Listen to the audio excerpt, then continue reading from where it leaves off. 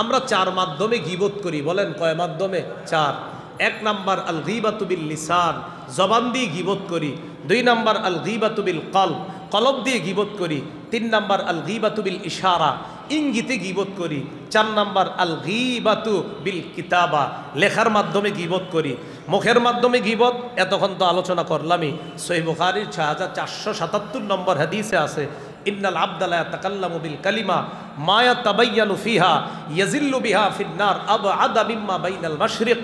রাসূলুল্লাহ সাল্লাল্লাহু আলাইহি সাল্লাম বলেন, মানুষ মাঝে মাঝে জবান দিয়ে এমন এমন কথা বলে ফেলে যেটার পরিণতি সম্পর্কে সে চিন্তাও করে না।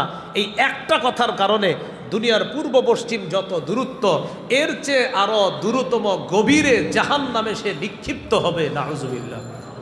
সে এর চেয়ে আরো গভীরে জাহান্নামে যাবে শুধু একটা মুখের অপরাধের কারণে। এজন্য জবানকে হেফাজত করব। দুই, কলবের গীবত।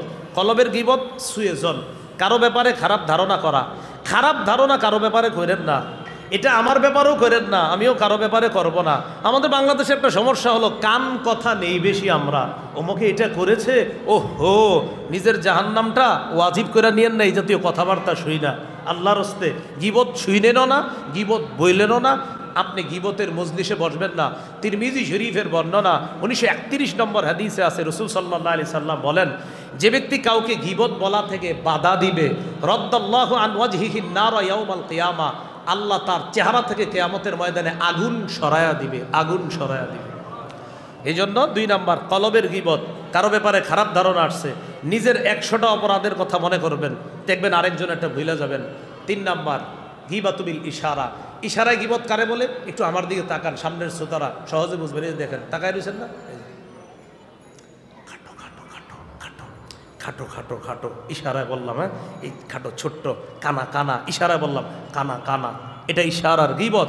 আম্মা জান আয়েশা সিদ্দিকার বর্ণনা, জাআত ইমরাতুন কাসীরাতুন ইলা রাসূলিল্লাহ সাল্লাল্লাহু আলাইহি সাল্লাম, একজন খাটো মহিলা নবীজির কাছে আসছে। ফাকুলতু বিইবহামিহা কাযা আশারতু ইলা নবী সাল্লাল্লাহু আলাইহি সাল্লাম আন্নাহা কাসীরা, আমি নবীর ইঙ্গিতে বললাম, হুজুর খাটো খাটো খাটো। নবীজির বিবি বলতেছে, এক খাটো মহিলা নবীর কাছে আসছে, আমি নবীর ইঙ্গিতে বললাম, হুজুর খাটো খাটো। নবীর সাথে সাথে আমাকে বললেন, আয়েশা ইগতাবতিহা, তুমি তার গীবত করছো। ইশারার গীবত করব না। 4 নাম্বার কিতাবা, লেখা দিয়ে গীবত করব না। ওলামারা বলা দরকার নেই, অন্যরা বলেন যেই কথা মুখে বলা গীবত, সেই কথা কলমে লেখা গীবত।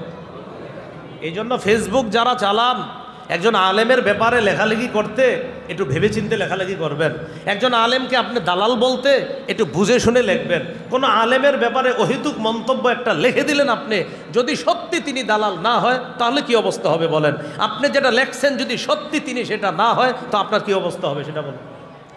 এই জন্য যারা ফেসবুকে লেখালেখি করেন একটু সাবধানে লেখেন, আপনার এই লেখা যেন আপনাকে জাহান্নামে না নিয়ে যায়। হ্যাঁ, সহিহ বুখারীর লম্বা বর্ণনা আছে, ফেসবুক ব্যবহারকারীদের একটা দল শুধু মিথ্যার কারণে জাহান্নামে যাবে। লম্বা হাদিস আছে বুখারীর, শুধু মিথ্যার অপপ্রচারের কারণে জাহান্নামে যাবে। ইমাম গাজালি বলছেন, কাযালিকাল গীবাতু বিল কিতাবা, লেখার মাধ্যমেও গীবত হয়। ফাইন্নাল কলাম আহাদুল লিসানাইন, কলম 2 ভাষার এক ভাষা, এক ভাষায় জবান ব্যবহার হয়, আরেক ভাষায় কলম ব্যবহার হয়। আল্লাহ আমাদের সকলকে জবান, কলম, ইশারা এবং লেখা এই জাতীয় গীবত থেকে আল্লাহ হেফাজত করেন।